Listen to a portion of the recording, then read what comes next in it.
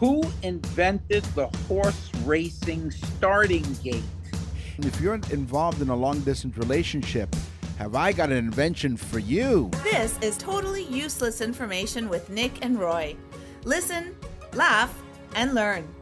Plus, we'll answer your questions in the mailbag section, and we have a very special guest, Tim McGeary. You'll have no idea who he played for. And in the news, talk about squatters' rights. Totally useless information. It's everything you never needed to know. Innovations. Ideas. The Totally Useless Information Podcast presents Inventions. Did you wash your hands today? I always wash my hands, Nick. Okay, what kind of soap do you use? I use an antibacterial soap, plus I also use a sanitizer. Is it a bar soap or a liquid soap? I use liquid soap. I'm glad you said that, because if you would have said a bar soap, I would have been totally screwed, because that's not what I prepared. It's liquid soap that I'm talking about. Okay. The first liquid soap was patented in 1865 by William Shepard. He's often credited for inventing it, but considering his patent was officially listed as improved liquid soap, it's clear that there was liquid soap around already. So we're not sure if he was the very first one, but he's one of the first ones who patented it. And what he did was he dissolved 1 pound of solid bar of soap in water and then added 100 pounds of ammonia until the liquid thickened to the consistency of molasses. Ah, that was pretty smart, I guess. There you go. So William Shepard and the liquid soap. There you are. Hey, listen, I can't wait for our guest that's coming up, Tim McGeary. He's a great singer-songwriter. Yeah, we're getting some really great guests on the show. They are, and I'm looking forward to it, because I've always fascinated. I want to ask him, I always wanted to find out, like, do you write the lyrics first or do you write the melody first? Because I've heard so many different things. So let's hopefully he'll answer that. Hopefully he'll talk to me, because I think he knows you. He knows great songs too. Really, really great stuff. And over, I don't even know how many years. I don't even want to say. All right. Okay, the paperclip. Oh. I just did my taxes. Okay. And you know how you rummage through the door, you drawer, you can never find a paperclip? Yeah. Or a rubber band when you need them? Yep. But then I said, okay, paperclip, who invented the paperclip? So nice. It was invented by Johan Valler from Norway. He's a Norwegian. In 1899. There was no patent laws in Norway, so the man couldn't patent it. In 1890, a year later, he went over to Germany, where he patented it in Germany. Now, when he had many, many forms of for him to fill out for the patent, did he use a paperclip to keep them together? No, but he patented it in Germany, so Deutschland, Deutschland. I was waiting for it. Every time you mention Germany, he sings the national anthem. Now, have you ever put out fires in your life? Yes, actually, I had a house that went on fire. I never got to put it out, so it was not very good. But did you try to use a fire extinguisher before you called the fire department? I have used many fire extinguishers, being in the restaurant business. The first fire extinguisher, the reason why I'm asking is not because I want to pry into your life, but the first fire extinguisher, of which there was a record that was patented in England in 1723 by Ambrose Godfrey. Trust me, Nick knows he took the paperwork in for the patent. I did, 1723. And you know who the clerk behind the counter was? Roy. It consisted of a cask of fire extinguishing liquid, which contained pewter chamber of gunpowder. What? So it was a cask of fire extinguishing liquid, which was a pewter chamber of gunpowder. In 1863, the first fire... That's not a very good thing to be holding during a fire. Well, it's not, but at the time, this is what he thought. Bring this dynamite with me. And the thing was, he was a celebrated chemist. I don't know how long he was a chemist for after he invented the extinguisher. Boy, I'll tell you, after he invented that, his career just blew up. Boy, I feel you're hot today. In February of 1863, however, I'm on fire, Nick. You are. Wow, there you go. Bring some marshmallows. In 1863, the first fire extinguisher that was patented in the United States was Alanson Crane of Virginia. His invention was the tube container was a step up from the fire suppression glass grenades that they used to use, which was the most popular form of emergency firefighting. So no more glass grenades, thanks to Alanson Crane of Virginia in 1863. Cool. Cyanoacrylate. Sure. Cyanoacrylate. Sign me up. Was invented to put between two prism glasses to shine light or lasers through.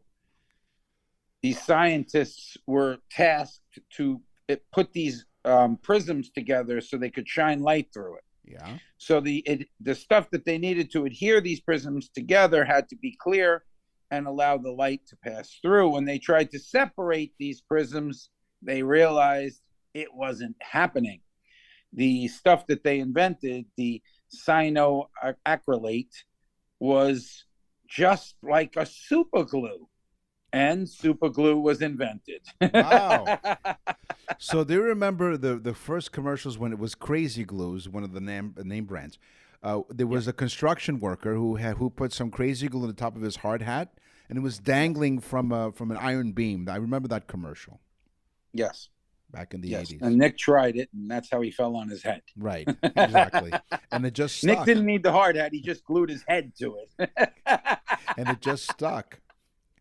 So here's my teaser. So in case you're, those of you who are in a long-distance relationship and you're thinking, I really miss my partner. We're so far away, but thank goodness for a group of Chinese university students. They invented the lip-shaped piece that uses sensors to imitate the pressure, movement, and temperature of a person's lips. What is this for? Long distance relationships to speak to each other? No. The remote kissing device is made of silicone in the shape of a mouth, allowing partners to mimic the feeling of a real smooch because it was warm, right? And I guess wet. Oh yeah. I guess, yeah. Oh yeah. Yeah. It was. Keep going, Nick. Yeah. Listen, was probably. This show will not be PG pretty soon. Listen, it was probably created with all the good intentions, but a lot of people are creeped out by it online. Now, I can't play it because we don't have permission to do it, but I know that I'm a big fan of The Big Bang Theory, and the two of the characters invented this kissing machine. So this was, I don't know, maybe almost a dozen years ago now or so, but they had this ingenious idea, but these Chinese university students have actually done it. It's a lip-shaped device that can help mimic people who are in a long-distance relationship. It feels like you're kissing your next best friend. Yeah. Okay, here was my teaser. The horse. Sorry, horse. Are you interested? I just went on. I was like, okay. Any day now, I'm going to tune in with Nick, and he's going to have one of these things in the background. It's just going to get the living hell out of me. He's distracted. I'll be like, he's gone too far now. Pow, right in the kisser. Yeah. Okay, the horse racing starting gate. Who invented it? It was my teaser. Yeah. And Nick, it was invented by a Canadian. Oh. Yes, his name was Philip McGuinness. He was a racetrack reporter who was tired of the fights over the starts. People would argue and say it was a false start. Your horse went first. He shouldn't have gone, so on and so forth. So this guy, Philip McGuinness, said, I'm going to invent something that will start every horse race. The gate will open and they'll be able to start all at once. So Philip McGuinness, racetrack sports reporter, invented the horse racing starting gate. You can go to nickandroy.com and visit the Nick and Roy store. Why, Roy? Or you can go right there on nickandroy.com and click on birthday messages. Go to the Nick and Roy store. You just click right there and look up birthday messages. The greatest gift that you will ever give to someone. Trust me, there's a sample on there. You just hit it. We do a mini show for that special person in your life. They will go crazy. They send it to everybody. They call everybody up. Listen to this. Listen to this. It really is cool. And it's great. And you can also get on our newsletter and where we talk about a lot of personal stuff. and I'm not talking about that rash on Nick's back, but Yes. But yeah, go to nickandroy.com. There's a lot of stuff going on there. You're listening to Totally Useless Information with Nick and Roy. From Beethoven to Bieber, rock and roll to rhythm and blues. This is Totally Useless Music Information with Nick and Roy. Do you like how I play the piano there, Roy? Since last time You we did didn't play he's a liar. He did not play the So he plays by ear. Literally, he smashes his head against the keys. Well, that's not the first time. I saw that dent. Okay, yeah. It explains lots. In his head, right? Yeah. E flat for sure. Oh, yeah, it is definitely flat for sure. 100%. So if you're wondering, wait, if this is Totally Useless Information with Nick and Roy, there are three voices I hear. Now, I hear voices all the time, but we welcome to our studios today the wonderful, the great Tim McGeary. Tim, welcome to Totally Useless Information with Nick and Roy. I love it. I love totally useless information. Wow. I have plenty of that too. Trust me. As a And I paramedic. have to confess that I know Tim for a long time. Is that part of the useless information he's talking about? Yes, knowing Tim has been useless all these years. I did get a song in the movie though. Yeah. I saw it, right? Yeah. When I made a movie in 2009, I had gone to hear Tim play a number of times. Right. And he had this song that stuck in my head and I had to have it. So I said to Tim, I'm making a movie. I want to do this retrospect scene. Can I use the music? And he was like, sure, no problem. And that's it. Yeah. That's how I met Tim. Well, that's pretty cool. That's really nice. Maybe one day when I write a movie, then maybe you can I can ask for your music. But in the meantime, here's a little bit of a sample of what you do. Waking up, skin to skin, let the day begin. Here we go. Here we go. Another day where the sun is shining, bouncing off that smile. Here we go. Here we go. I was there for you. Damn, damn. I was there for you. Damn, damn.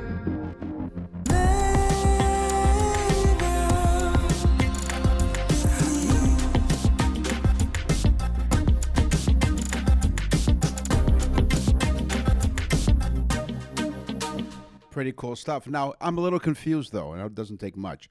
Roy told me that you're a country and western songwriter. Tim has gone through some different genres. When I first met you, Tim, you were doing more like ballads and country type stuff. And tell us what you're doing now. Well, I mean, I'm working I've really during the COVID thing, I sort of developed some stuff and got a studio going, and so I'm you've been working on that. So now I'm producing people from in Scotland and Denmark and the country of Georgia, Mexico, and then police in the States. The girls here, Missy Balsam, got 3 singles with her. So I've been doing a lot of that. But I do, I basically an 80s rock star. I was in a band called The Rescue. We used to open up for Duran Duran, Billy Idol, and all those people. For about 2 years, we did 25,000 seaters, and it was really way fun. You know what I mean? We never headlined though. We always opened. We're we're the greatest opening band that ever lived. Because we never got a headline slot. But I mean, how cool it was. Our manager put us a terrible tour one time, and it was every club owner was the worst than the rest, and then so we came back. We're like, man, what the hell was that? That 3-month tour was like the tour from hell. And he goes, stop crying, because in 2 weeks you're at Brendan Byrne Arena opening for Duran Duran. So we went from crappy club to 25,000 seaters, and then and this went on and on and on. So it was really great. It was my dream. I mean, I'm a kid from Jersey. Okay, sorry, I know you're New Yorkers, so you're gonna go Jersey boy, but watch. We know where you parked your car. Go on. Yeah, I parked your car. But the thing is, they sent us to England to do the record, and that was oh my God, it was your dream. Okay, we're sending you to London. I'm gonna go to London, and we did the SARM East. We had Yes had just finished the Owner of the Lonely Heart, Owner of the Lonely Heart. Yeah. The day they walked out, the day we walked in. So it was cool. Yeah, it's really fun. So let me ask you this. So do you prepare differently for a crappy club versus a 25,000 seater? Do you prepare your material differently? You just wear different pants. No. I tell these guys all the time. I say every time you play, if it's in front of 3 people or 30,000, you bring it every time. A classic example is Police came in and they did a show, and it was like in upstate New York. 4 people showed up. It was a blizzard, but out of the 4 people was one of the #1 DJs in New York City, and he heard the song Roxanne. Well, the rest is history. Wow. So no, and I've had situations like when I was in Nashville. That was totally useless, Nick. Yeah, I was useless. 100%. Yeah. I had one time. My friend said, "Hey, you want to come up and finish this open mic with me or whatever?" And I said, "Yeah, I'll come up." And I had done like 3 co-writes, so my brain was frazzled.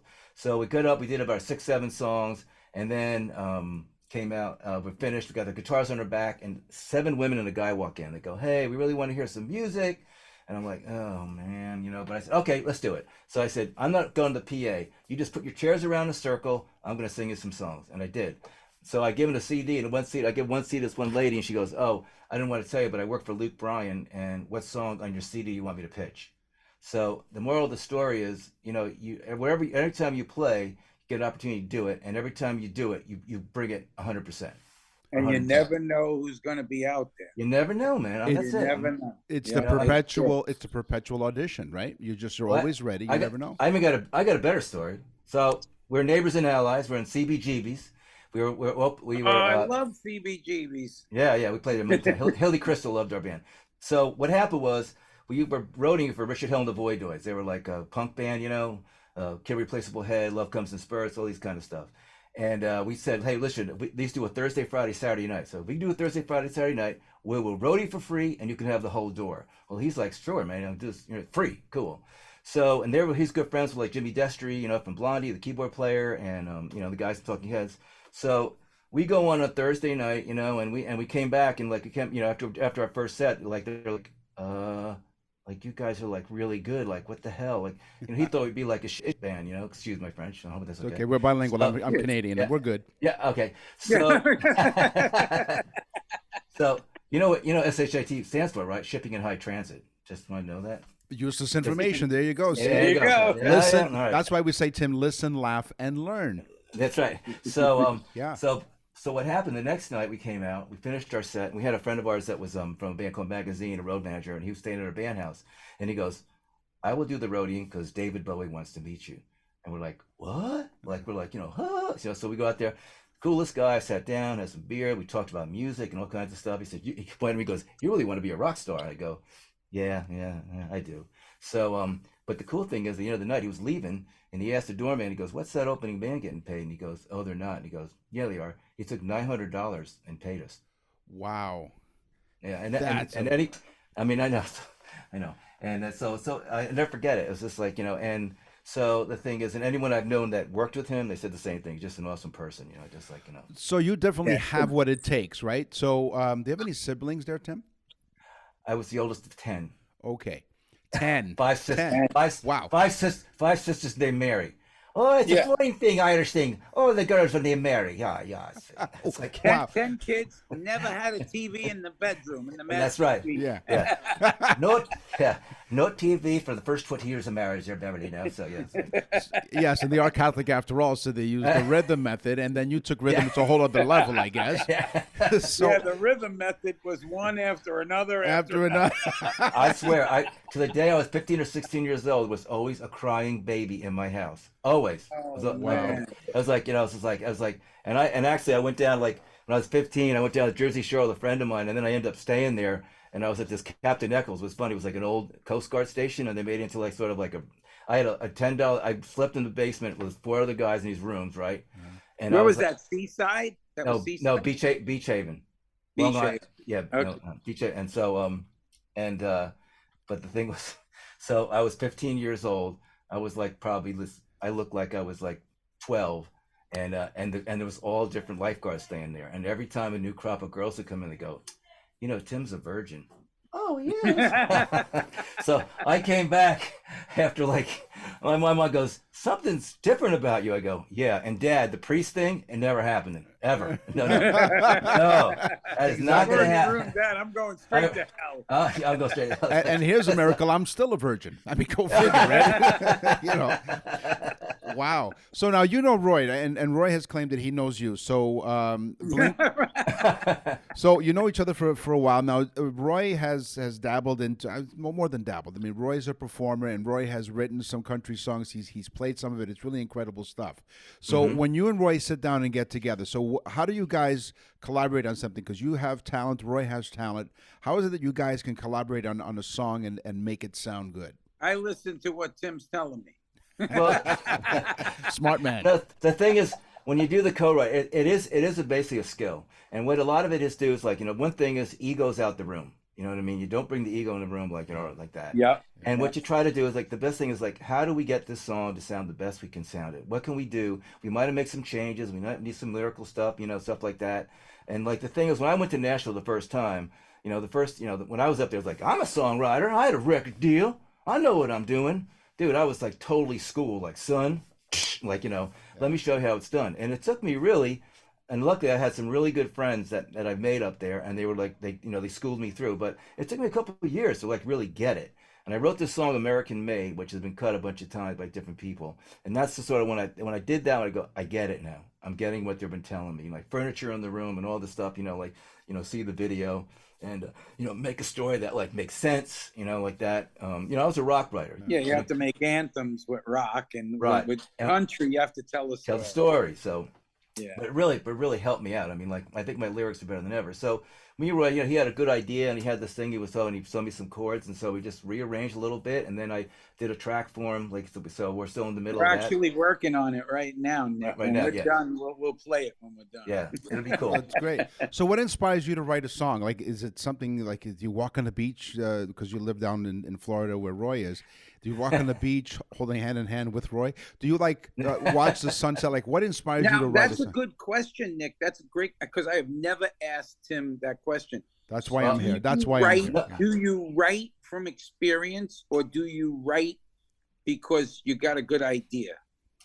It changes. Okay, like I have this one song called 3 Shots of Whiskey, right, and 2 Shots of Gin. I'm in Nashville. Before I write, every day when I write, I take this walk on this little mountain trail. It was really nice. It's a beautiful spring day. Leaves are green. Like the first day of spring. It's like, oh yeah, like breath and green and oxygen, and I'm feeling good. And what comes to my brain is 3 shots of whiskey and 2 shots of gin. Where'd that come from? I can't even tell you. Another one like was fun, like this one called Feed That Dog. My friend got married. His old grandma went to the new bride. She's like, now, darling, she goes, you want to have a long and happy marriage? And of course, the new bride's like, well, yes, ma'am, I do. Well, honey, I'm going to tell you the secret. She goes, you don't feed that dog at home. He'll be digging in the trash. I went, oh my God, I wrote that right down. Digging in the, And that one song, I Was There For You, the one I think you played a little bit out of. Yeah. Right? A friend of mine was in a really terrible accident, and he wasn't really hurt, but the person that it was like this kid on this motorcycle going like 120 miles an hour. He was, all drugged up, and he hit his truck, and it was an awful accident. His head came off. That's how bad it was. Wow. And this guy was traumatized. I mean, because he's never saw anything like that. I was a paramedic and a flight medic for 23 years, so I've seen that a bunch of times. But for him, so I called him every day, like we talk about it, because I know a lot of that, like that. We used to do a thing called critical listening and stress debriefing, CISD, and what it is basically when you have things like that, you got to talk about it. You have to say it and say it. So that it's funny. I get that a lot of people will say that. Like my wife will say to me, "What did you write that about?" And it's like, I don't know. I just thought it was a good idea to write it, and it just came to me. It's not like a life experience type thing, And but sometimes I agree with you. Sometimes I wrote that song called "Reflection" in my whiskey, and Nick will know because we had a bar and there was this old guy that used to come in every day, and Johnny G was the bartender. He'd serve him every day. And then the guy, he was just this lonely old guy that would come in every day, have his couple of shots of whiskey, and he'd just stare at the drink. And eventually he doesn't come in, and we found out that he died, but again, nobody cared that he died because it just, he just was that guy that came in every day and stared at his whiskey, Yeah, it's sad. I mean, and sometimes music does it to me too. Like I hear like something and I hear music and something comes to me, lyrically, just the vibe of the song. That's why I write music for porno films. Right. Boom chicka wow wow. In fact, Bow chicka wow so, wow. So Tim, one of the many topics, I think 17 or 18 topics that we cover here on. You're listening to Totally Useless Information, by the way, with Nick and Roy, with our special guest Tim McGeary. He's a singer-songwriter, and he not only he said he was a paramedic. He wasn't kidding. He was there at 9/11 at Ground Zero. He was there for Hurricane Katrina. Like, he's seen it all, so he's got a lot of experience to draw from. Here's my next question, though. So you talk about a lyric that comes to you. Do you write the music first and then write lyrics to it, or vice versa, or a little bit of both? We were just talking about this. But Yeah, go ahead, Sam. but the thing is like it depends. It's not. I don't have like one specific way to write. Some people say, like, I always write this way. Well, no. I mean, sometimes I hear some music and something just comes to my head, or sometimes I hear something or see something or feel something or somebody I know. I have a friend of mine that OD'd on alcohol, and I had the song called All I Can Do Is Pray. You know what I mean? And it's just, that was because of that. You know what I mean? Yeah. It was that situation. And that came to me in my, thinking about him, because he died all by himself, and they found him like 3 days later. And, it just was so sad. And this guy was like a movie actor, successful, he was a good friend of mine, and we wrote a lot of songs together, so I mean, stuff like that, and then I had a song called Hold On. Like, I lost my 18-year-old son in a car accident 16 years ago, so I've been through that stuff, and there's a song called Miracles. What happened, real quick, there was we went out about 10 days after the celebration of life, so we had this single white flower grew up, and we've been in the house 12 years. We never saw that flower before. So then a couple of days later, we call it, his name was Trevor, called it Trevor's flower. So a couple of days later, my wife went out, and the original flower closed up, and there was 5 white flowers just like the first one. And she went to call me, and when she got to the phone rang, and it was the nurse from the organ donation organization. Right. And that 5 lives were saved from my son's gift. Oh, wow. So I mean, like, and then we didn't 5 flowers, 5 gifts. I mean, it's a sign. It's a sign. And so he wrote a song called Miracles. And it's really beautiful. And we had Cash Creek did a cut of it, but it's another guy who's a Christian singer did, and he did it. It's awesome. But it's just a beautiful thing. And then what happened? After that, 10 years later, we hadn't seen the flowers in 10 years. And the day of the accident, that flower came back for one day. I mean, right? I mean, dude, that's like that's not coincidence. That's like pretty much like spot on. Yeah, wow. And I've been through a lot of spiritual stuff too. So it's like, that's like a sign, like, I'm doing okay. Everything's good. Yeah, I'm here. Yeah. He's always around you. I mean, all right. So here's something completely out of left field. Do you sing in the shower or in the car when you practice? The car. The car? Why? The car is a great place, especially to look at lyrics. If you get like music going and you have like maybe a chorus idea, and then like you're driving and you just and then I go, oh my God, it's good. Like, it just happened today. All of a sudden I'm driving. I got this idea in my head. And I was driving, but I had other people in the car, so I couldn't do. But I'll do like I get my little voice memo. Go. I do the same thing. I have like 10 of them. I don't want. And my wife is screaming in the background, Tim. My wife is like, stop doing that. We're in a plane. The in-flight entertainment is Roy dabbling with some lyrics and melody. And you said, do you sing in the shower or the car? What I do is I put the convertible down while it's raining, and I do both. Well,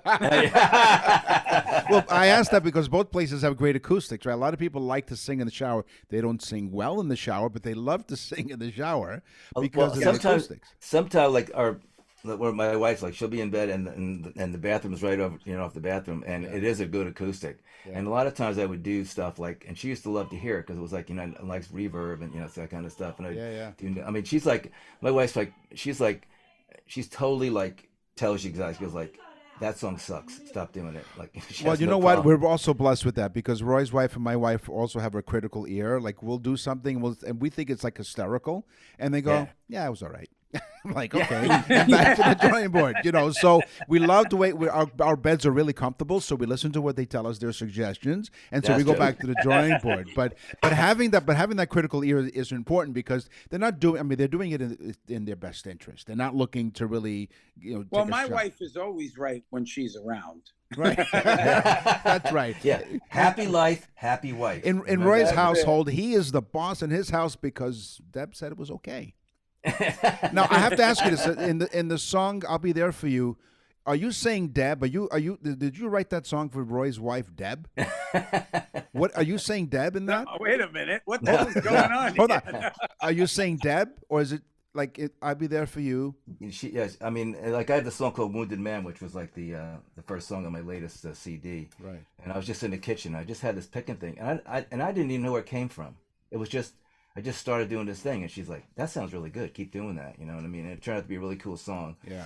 And I have some really good lyric. I had this guy Corey Barker up in Nashville. This guy's like a lyrical genius. He writes every day. But he's like, I got this idea, and I said, I'll go, it's Wounded Man, and I got this thing, and he goes, okay, and I'm talking, and he's like on his computer, and then he flips it around, he goes, how's your first verse? I'm like, son of a bitch, look, it's like it's minutes, you know what I mean? But that's his brain works, you know what I mean? So he does all the time. When you're hooked together, it just goes.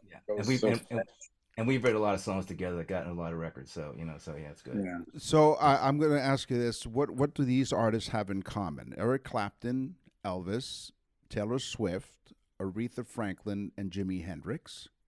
What do those artists have in common? Anybody know? Not yet? Okay. They never learned how to read music.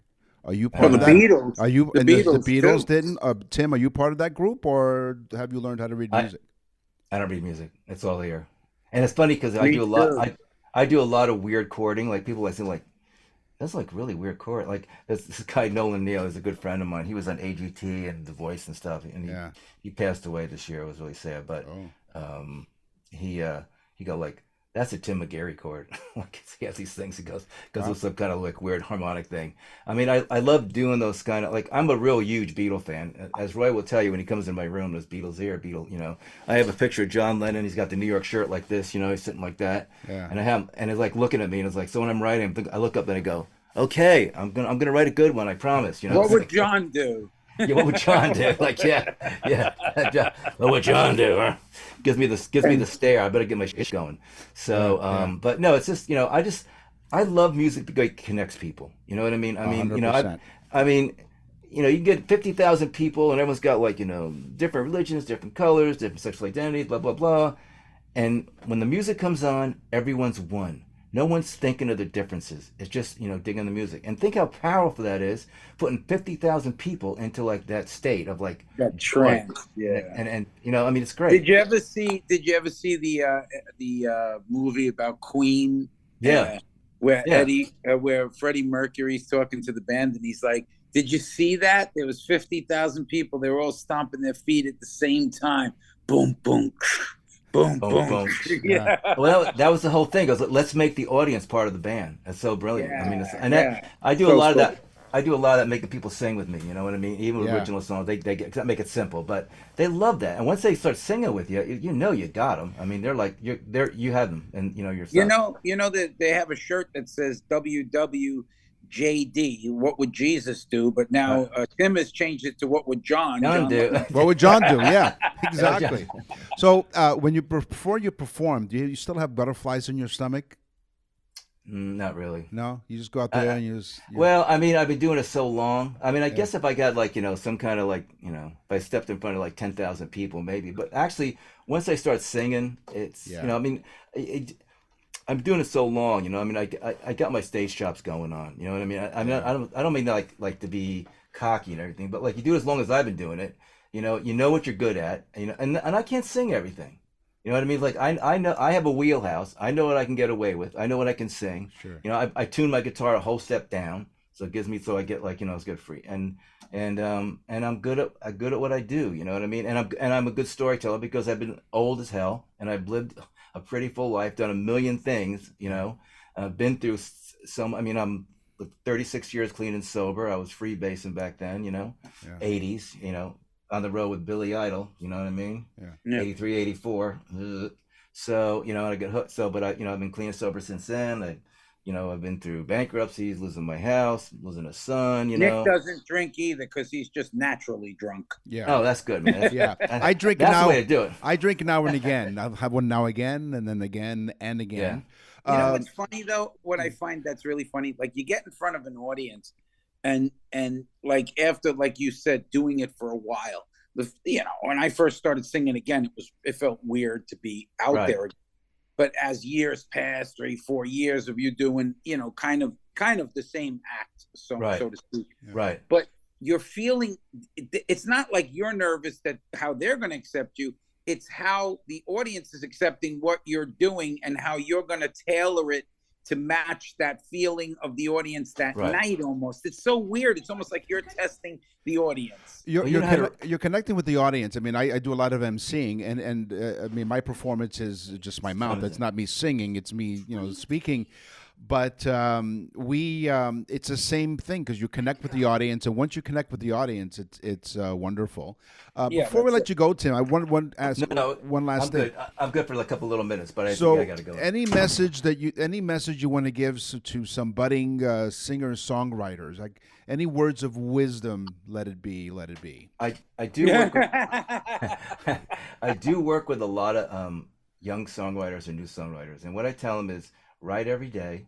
Write everything down because you never know. Even if you write a song today, it's not really a good song, but you might have a line in that song. You know what I mean? Yeah, every time you feel for the next like you might, I don't have a line, but oh man, I remember that one song I had. It was like that one good line. It was cool. Let me pull that out and I could put it in this one. Another thing too is every time you play, it's 100%, man. You bring it every single time. There's no like halfway doing it or there ain't no bad days. I've had stuff like when we were on with Missing Persons and I had the flu, and I had to go on. So I got up, I threw up, washed my mouth out, went and did the show. I was ready to puke again. Take my bass guitar, I threw it to the roadie. It's like that. Yeah. But there's no not going on. And unless you do it. Yeah. You just do it. And every time you do it, you bring it 110%. Every single time. And if you do that and then open and then listen and learn, if you're a young songwriter and you're playing your guitar, take guitar lessons. It makes you do things you haven't done before. Take some vocal lessons, so you can because a lot of people they'll sing and they're like, man, I can't, after 30 minutes I'm wiped out. Well, that's because you're singing wrong. You know what I mean? Yeah. You should be able to bring a couple hours. If you know how to do it in good breath and stuff and where to do it, you can sing longer. You don't have to kill your throat. So, all these little things, and then it's just, listen and learn and, and be open. And in this profession, if you think you know everything, you need just... You're done. Pack it up. Pack it up. You're always learning. You know what I mean? Well, Tim McGarry, we want to thank you very much for spending some of your time. It's really fascinating stories. We'd love to have you back because I'm sure in all the many years that you've performed, there are many more stories, I'm sure. Oh, yeah. Stuff that we can, this is a PG-13 podcast, but that may change the next time. But we certainly it was a delight to have you on our show. Thank you for sharing some of your insights and your inspiration about songwriting, and we're looking forward to more of your stuff. Where can people find your stuff? Do you have a website people can go to it and sample your stuff? Tim McGarry on YouTube. You can like that. I have a bunch of videos on there. You can go to timmcgarry.com. That's my website, but I'm not really good at keeping it going. But just on Facebook. And if you want to say hello, like Tim McGarry Music, just on Facebook, say hi, and DM me, give me a direct message or a private message, and I'll get back to you. Great. Also, too, a lot of times, too, I get some people that are friends of mine, and when I get a new song out, I just send it to them. Here's the videos, that kind of stuff, so I'll send you anything new. Oh, that's great. Well, you know what? We'll definitely connect once again, and we're going to make sure that when you have something new, let us know. We'll let our audience hear. And when we have this episode up on our website, we'll have a link to your website as well, so we can connect. Oh, with thank you so much. I'll share it to everybody. Yeah, and when Tim and I finish working on this song, we'll play it too. And hopefully I'll be the MC on stage, and the award goes to Tim McGarry and Roy LoCascio. Awesome. Tim McGarry, thanks very much. We really appreciate it. Thank you.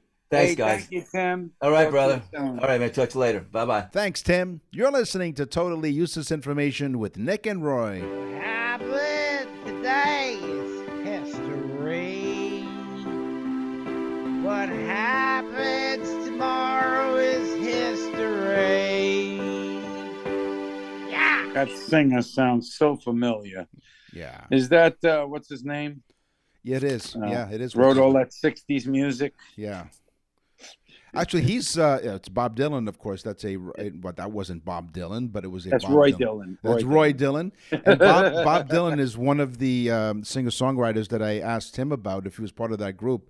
Bob Dylan also did not learn how to read music. Yeah, he was another one in that thing. Huh? Yep. Vladimir Pravik. Mm-hmm. Now, he is the first responder. That's hard to say. He's the first responder to the Chernobyl nuclear power plant on April 26, 1986. Oh. That is the day that the plant blew up. Right. The radioactive leak was so strong that when Vladimir came out of the structure, his friend noticed that his eyes had turned from dark brown to light blue. Oh. Yes. Now, of course, 15 days later, Vladimir died, which is terrible. It's too sad. But he was the first responder to get there, and it was so strong. The nuclear power was so strong that it literally turned his eyes from brown to blue. Well, it's interesting you open up with that because I have one here that's sort of similar to this. It's not the same fact, but this man, Tsutomu Yamaguchi, was a 29-year-old naval engineer. He basically checked out people's navels. He survived the atomic bomb on August 6, 1945. Yeah. Despite the fact he was less than 2 miles away from ground zero. Really? On August the 7th, the day after, he boarded a train back to his hometown of Nagasaki. On August the 9th, while being with his colleagues at an office building, another boom split the sound barrier. A flash of white light filled the sky. Yamaguchi emerged from the wreckage with only minor injuries. He survived 2 nuclear blasts in 2 days. Hiroshima and Nagasaki. Tsutomu Yamaguchi. Don't it make your brown eyes blue? Yes, it does. And you're wondering, did he die of? He did die eventually years later, but not of any radiation. He had stomach cancer, had nothing to do with the blasts. But he survived the 2. Get ready for this one. Yes. In ancient Asia, okay, they didn't know how to execute people, so they said, "How could we best execute people and make it as horrible as possible?" So they trained elephants to do all kinds of horrible things to the people that were tied up on the ground. The elephant would come out and stand on its leg, the person's leg, crush their head, crush their arms, their bodies, their torso. Oof. But then they even got more fancy, and they attached knives to the tusks of the elephants, who began to slowly stab the person that was tied to the ground. Wow. So needless to say, Asian people don't commit many crimes. But when they do, if they do, they usually have a pocket full of peanuts. You talk about an elephant in the room. So remember that old joke? I forget the exact details, but basically it was a guillotine was involved in this joke, and 3 people were about to be executed. Is it a guillotine or a guillotine? A guillotine, because they were guilty. They were guilty of their crime. Unless Gil's head is sticking in it. That's right. So I think it was a French invention. It was a French way to behead people. Basically the rule. Oui, yes. And so the law said that if, for whatever reason, the contraption malfunctions, they are set free. And so the first one goes up, and they pull the rope, and the guillotine stops like an inch away from the guy's throat. They let him go. The second prisoner comes up, puts his head there. They take down the rope, and the guillotine stops. And then the town idiot goes up there. We've got to keep this way. The town idiot goes up there, and he says, no, I'm not going in there until you fix that machine. Now, in the first part of the show, before we talked to Tim, and by the way, I had a lot of fun with Tim McGarry. We talk about some stories. I really can't wait to have him back because he has a lot of great stories. But I talk about the fire extinguisher and who patented it first. But here's some history. For most of history, the most widespread fire extinguisher of any kind was a bucket of water stored next to the stove or on the front porch. In about 200 BC, 200 BC, Ctesibius, I think, of Alexandria, invented a hand pump able to deliver water to a fire, and it is known that the Romans used bucket chains. Buckets passed hand to hand to deliver water to the fire. Then in the Middle Ages, squirts began to be used to apply jets of water to fires The squirt it was like a bicycle pump. And the charged squirt was directed at the fire, and the plunger pushed the water through, and the squirts were used even in the 1666 Great Fire of London. Wow. The Great Squirt. The old squirter. Yeah. That's what they used to call me in high school. In the 19th century, Nick. Yeah. Especially after the Battle of Waterloo, which was horrific. There were thousands and thousands of dead soldiers laying around. Oh. But here's the real sadistic part of it all. Groups of dentists would run out onto the battlefield after these major battles and pull out all the teeth from the dead bodies and place them into boxes, at which time they would go back, clean them up, and then place them into dentures that would then go into people's mouths. Whoa. So I guess it was the first form of kind of like organ donating, because these people their teeth were going into somebody else's mouth. So even though they were dead, they would go on to eat some more. Yeah. That's right. Wow. Okay, so they use dead people's teeth for dentures. Real teeth were used in dentures. And most people, we had said once on the show that George Washington did not really have wooden teeth. No. Although there was some wood involved in the dentures that he had. Yeah. Most of the teeth were actual teeth from dead people. Yeah, they were. So basically what you're saying is he had wood every time he smiled? No, but I knew a piece of corn that was like that movie when the corn went towards the mouth. It said, "I see dead people." God. You know what? It was a colonel. He was a colonel. It wasn't a general. It came from a colonel. That's right. So here we're going to rewrite history here on Totally Useless Information with Nick and Roy. General Washington's teeth were like corn niblets. Because they came from a colonel. There you go. That Althingi, the Icelandic Parliament, was established in the year 930. That means you think he or you know he? I know he. That Althingi in 930. So this means not 930 this morning. I'm talking about in the year 930. That means it is not only Nick was there. I was there promptly at 9:30 because you know me. That means it is not only the oldest establishment in Iceland, but also the oldest running parliament in the world. Ooh. Even though Althingi is now located in a classical 19th century building, that was not always the case to begin with. It was an outdoor assembly held, and the most powerful leaders in Iceland came there to dispense justice and decide legislation and so on. As all free men were allowed to attend the assemblies, they were the biggest social event of the year, drawing people from around the whole country at these events. You know, Nick, I read a lot. It's usually Playboy magazines, which I get for the stories. Of course. But no, I do read a lot. And I was just reading about the Dutch and how the Dutch, and of course the Icelandic people, you know, the Dutch, and it's kind of like a whole hereditary type thing that moves down the years. But the Dutch really did change the world. They created monetary systems and banks and shipping companies and corporations. Basically, everything that we know about capitalism was invented by the Dutch. There you go. Does that mean is that where the expression came from? You go Dutch now, you pay your own? Maybe. Maybe. Yeah. Sure. Pretty much like most of Nick's dates. Yes. And then I provide them with a Dutch oven. You ever do that in bed with Dutch oven? You know what that is? No, I don't want to know, Nick. According to some studies, according to some according to some sources, unaccredited.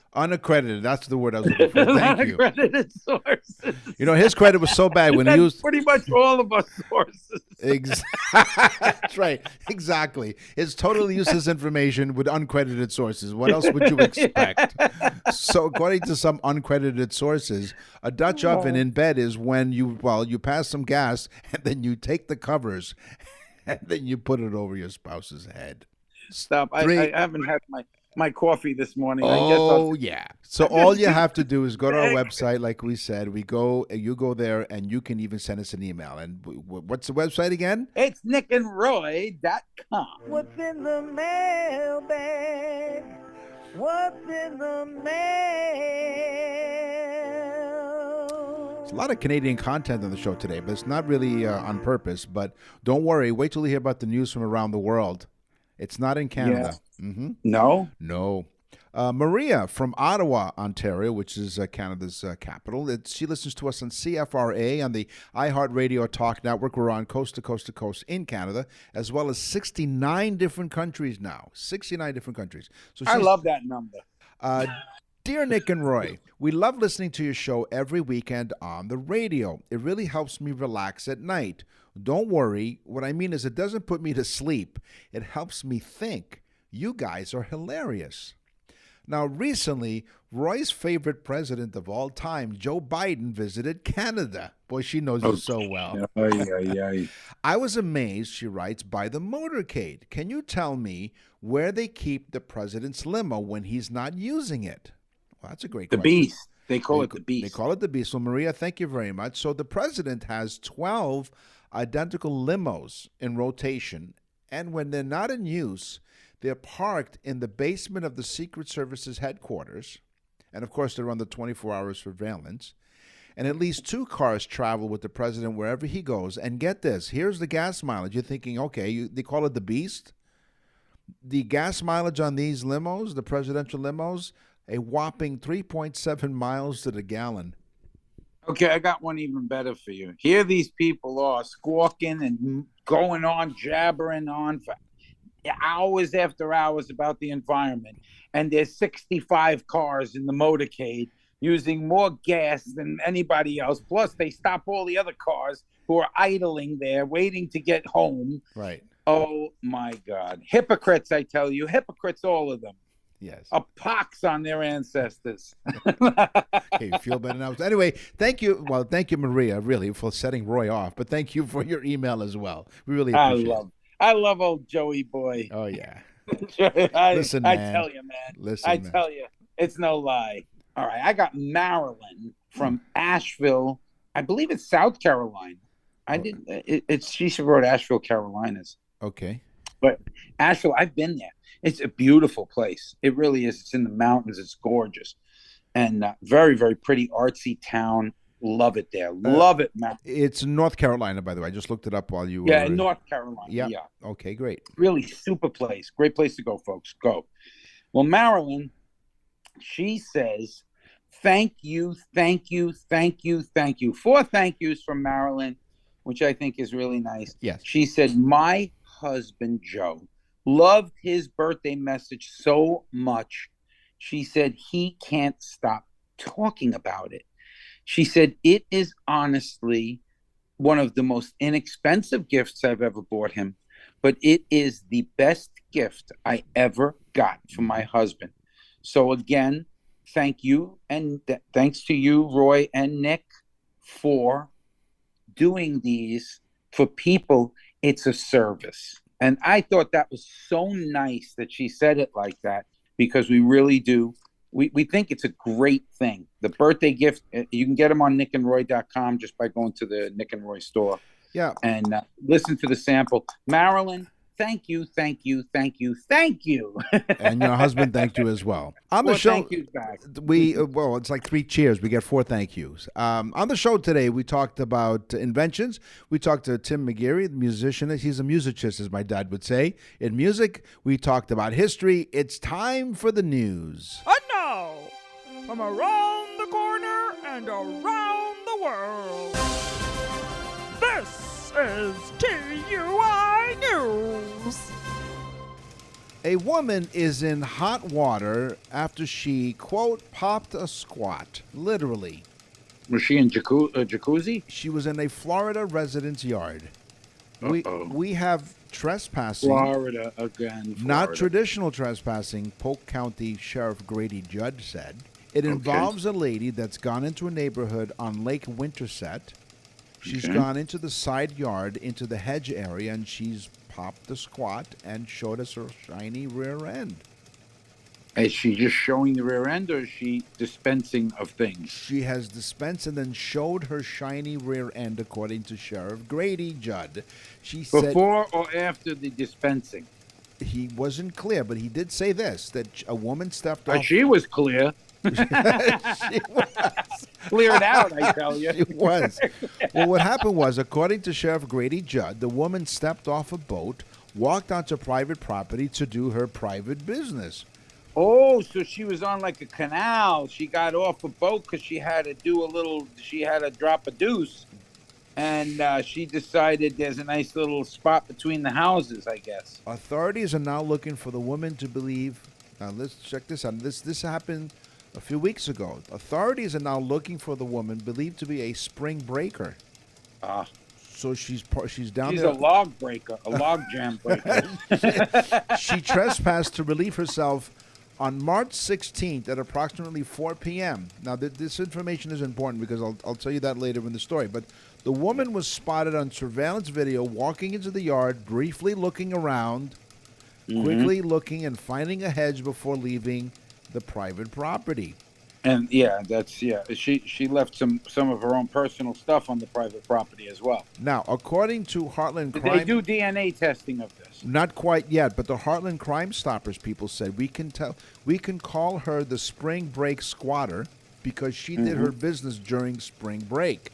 She walked onto private property in a gated community, no less. Well, of course, it's a gated community, but not the canal. I live in a gated community, but if you come up the canal, it's not gated. Okay, so now... If you decide to pull up a stool, so to speak, in my yard... That's right. Pull up a stool and stay a while. I know. So, now, in my teaser, I said this is the squatter's right. So, Polk County Sheriff's Office and Heartland Crime Stoppers stressed that the squatters are an ongoing problem on Lake Winterset in Winter Haven, Florida. So she's not the only one. What if somebody stopped their car or their boat and walked up into your yard and started doing the number one thing or the number two thing in your hedges? I have a shotgun for that. Okay. And I also, just for effect, I put on the song, "Yeah, Tootsie Roll, I'm a Tootsie Roll." So the Polk County Sheriff's Office has asked if anyone recognizes the woman, go to their website, and then you can call the Sheriff's Office at 863-298-6200. Anyone? What is that again, Nick? 863 area code 298-6200 in Winter Haven, Florida. So now we can take a tax deduction for doing like service announcements. This is Crime Stoppers. Crime Stoppers. Yes. Yeah. If anybody's seen the old fudge dropper, you can also remain anonymous and also be eligible for hey, wait a minute, this could be an incentive. Wait, there's a reward? You can be. You get a year of toilet paper, free toilet paper? You can also remain anonymous and also be eligible for a cash reward by contacting the Heartland Crime Stoppers. Oh, so if you call that number, you could be eligible for a cash reward. 863-298-6200, the Polk County Police Department. And they say this: we'll put her shiny rear end in the county jail where it belongs. That's right. We'll put it right in the Polk County Jail. And I tell you, there's a reason why they call it the old Polk County Jail. That's all the time we have for this episode of Totally Useless Information. I got news for the poker that's going to be there. He's got something in store for him. Poker? Poker hardly killed her. I hope there's cameras in that jail. She might squat right there. Yeah, she will show her shiny rear end. Yeah, it sounds like I have some. Let it shine. It sounds like I have some dentures myself. Listen, Nick, spring break's out of hand here in Florida. I went down there and I said to my wife, I said, listen, I can't stand. I have to check this out. And I stood for hours watching these horrendous girls walking by half naked. All for the sake of this research. All for the sake of this program. That's right. Which is Totally Useless Information with Nick and Ray. We thank you for listening. We will scour the internet and check out hedges and other parts of Winter Haven, Florida to get totally useless information just for you. And until we see you again next week, tell all of your half-naked friends about us. In fact, send us half-naked pictures. No, you don't. I'm Nick. No, don't send us half-naked pictures. No. Fully naked pictures. Like I said, I'm Nick. And I'm going to jail. And I'm Roy. We don't know why, but really, thanks for listening. Totally Useless Information with Nick and Roy is a production of nickandroy.com. Visit nickandroy.com to access the full library of episodes. or wherever you get your podcasts.